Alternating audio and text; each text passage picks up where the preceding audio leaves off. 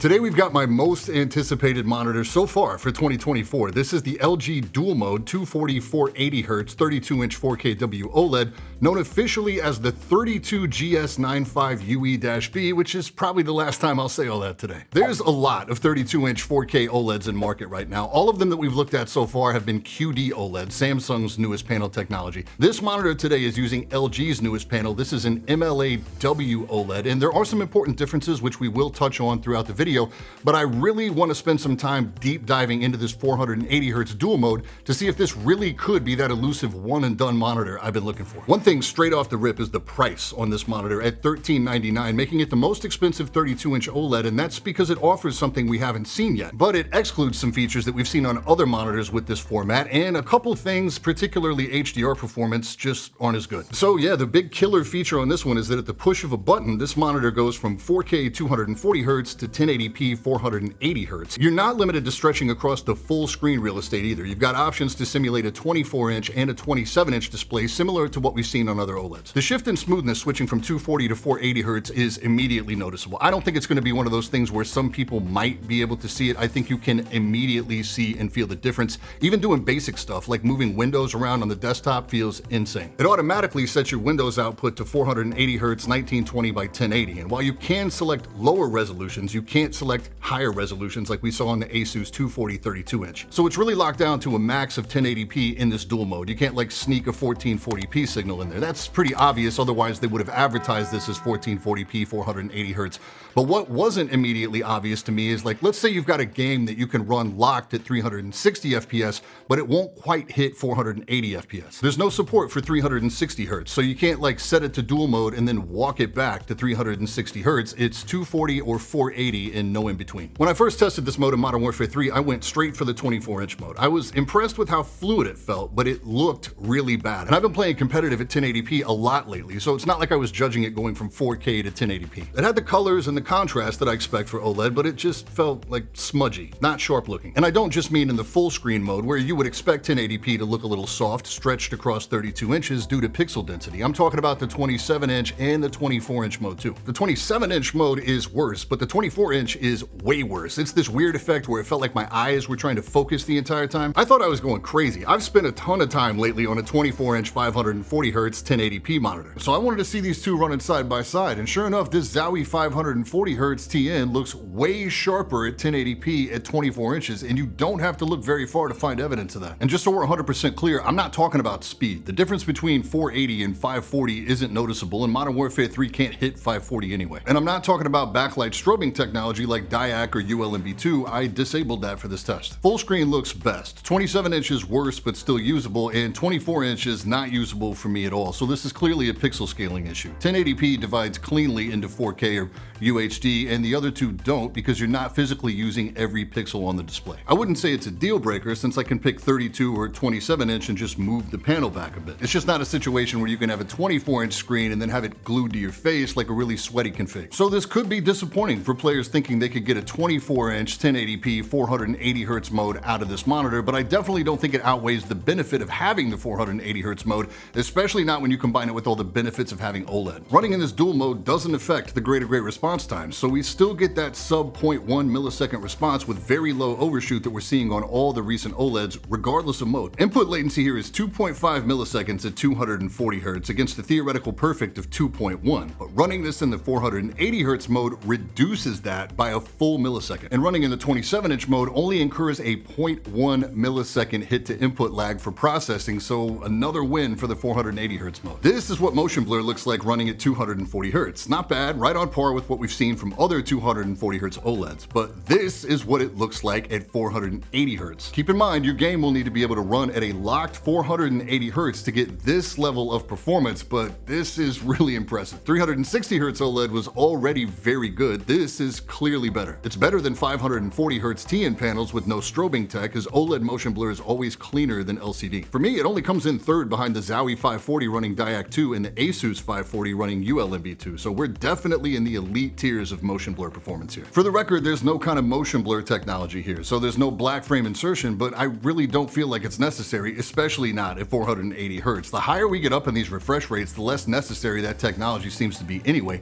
It's also really impressive at 480 Hz that none nothing's locked out in the menu, so you still get access to stuff like variable refresh rate. VRR here is NVIDIA G-Sync compatible or FreeSync Premium Pro. There's no dedicated G-Sync module. I'm also very happy to report that this model doesn't show any VRR flicker in either the 240 or the 480 Hz mode. SDR full screen brightness on my copy peaked right at 259.4 nits, so right in line with what we expect to see on OLED. We do have brightness uniformity settings here. It's called peak brightness on this monitor. It ships turned off. And like other OLEDs, you're going to want to have this on when doing productivity stuff to prevent the brightness from fluctuating depending on how many big white windows you have open. Factory calibration on my unit is very strong. Our white point is 6417 and we want a target of 6500. We're looking for 2.2 on the gamut. That's nailed. Grayscales are really accurate with the Delta ITP of 3.07 against the target of 3 or better.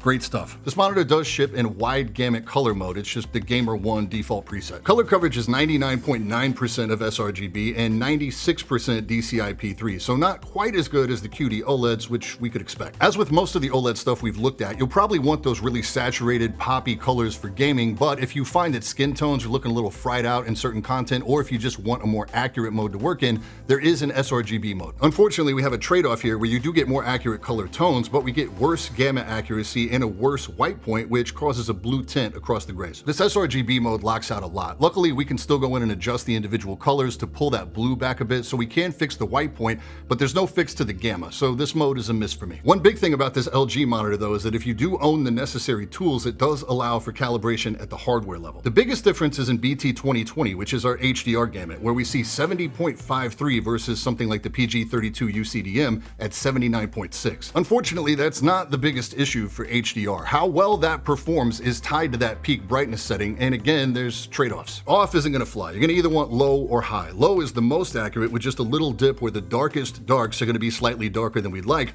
but the peak brightness, even for the 1 or 2% windows, is gonna be capped at just over 600 nits. If you run it in high, then we get 1 and 2% windows over 1000 nits, but the tracking is a disaster. It's too bright across the whole range, so you're pretty much stuck with low. Those are the objective measurements. Subjectively, it's just not as good of an HDR experience as I've seen before. Alan Wake 2 is a great game to demonstrate this because of its constant use of extreme dark and light. When we say 2% brightness, look at these light bulbs. With great HDR, like the PG32 UCDM you're seeing here, little accents in a scene should be a bright point of light and then really sell the illusion that they're throwing light into the darkness. It creates an overall sense of depth that can be kind of tough to capture on camera, and you still have detail in the darker areas. With lesser HDR, like we're seeing on this LG, these points just don't get as bright, so it creates a flatness with the light around it that contributes to a flatness of the total scene versus that rich depth. And like we saw in the objective measurements, when we go with the peak bright setting on high, the rest of the scene raises its brightness up to meet the higher peaks, so we still have that flatness. Now, realistically, most consumers won't be in a situation where they have two high-end competing displays sitting side by side, so unless you're coming from a display with incredible HDR performance, you may not even know what you're missing. So if I had to quantify it, I would say that the HDR experience on the LG is like 60 to 75% as good as we see on the PG32 UCDM.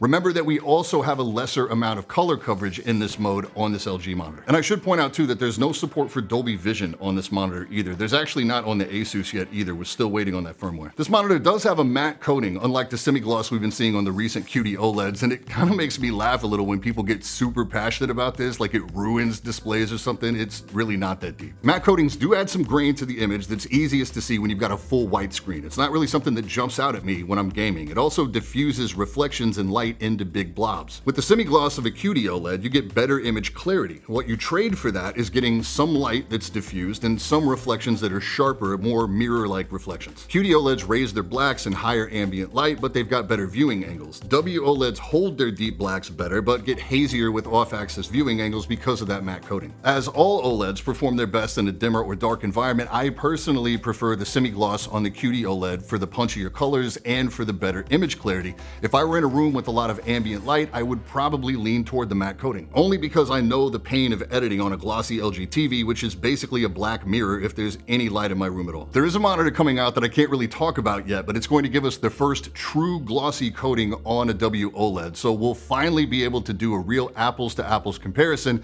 of matte versus glossy running on the same OLED tech. The overall build and presentation feels really solid, like stable. It looks clean except for the weird purple choice on the cable pass-through, but it doesn't really look or feel like premium plastic. My stand did come scuffed out of the box in a couple spots. From the front, it's the cleanest monitor I've seen so far. There's no big chin, there's no logo, it's just super thin bezels all the way around. Around back, we've got the Ultragear logo and then two big diffused light bars. The stand is fully articulating, it will rotate to full portrait, and it gets taller than any of the other 32-inch monitors I've tested so far. The heatsink is built into the body of the monitor versus some we've seen where you've got the thin screen portion and then the heatsink kind of stuck on the back. This is actively cooled, so there is a fan in there, but it's virtually silent. The port offerings here are really basic. You get a 2-port USB hub, 2 HDMI 2.1, and 1 DisplayPort 1.4. No frills, no USB-C, no KVM switch, and no DisplayPort 2.1, which will definitely disappoint some potential buyers looking for some aspect of future-proofing, especially at this price point. As of right now, the only monitor in this format shipping with DisplayPort 2.1 is the Gigabyte Aorus FO32U2P, which we'll be taking a look at very shortly. And there are speakers here, but it's a little different. The sound is actually coming through the OLED panel aimed right at your face, which is pretty wild. In practice, they do sound better than most monitor speakers. It's nice to have, they'll do in a pinch, but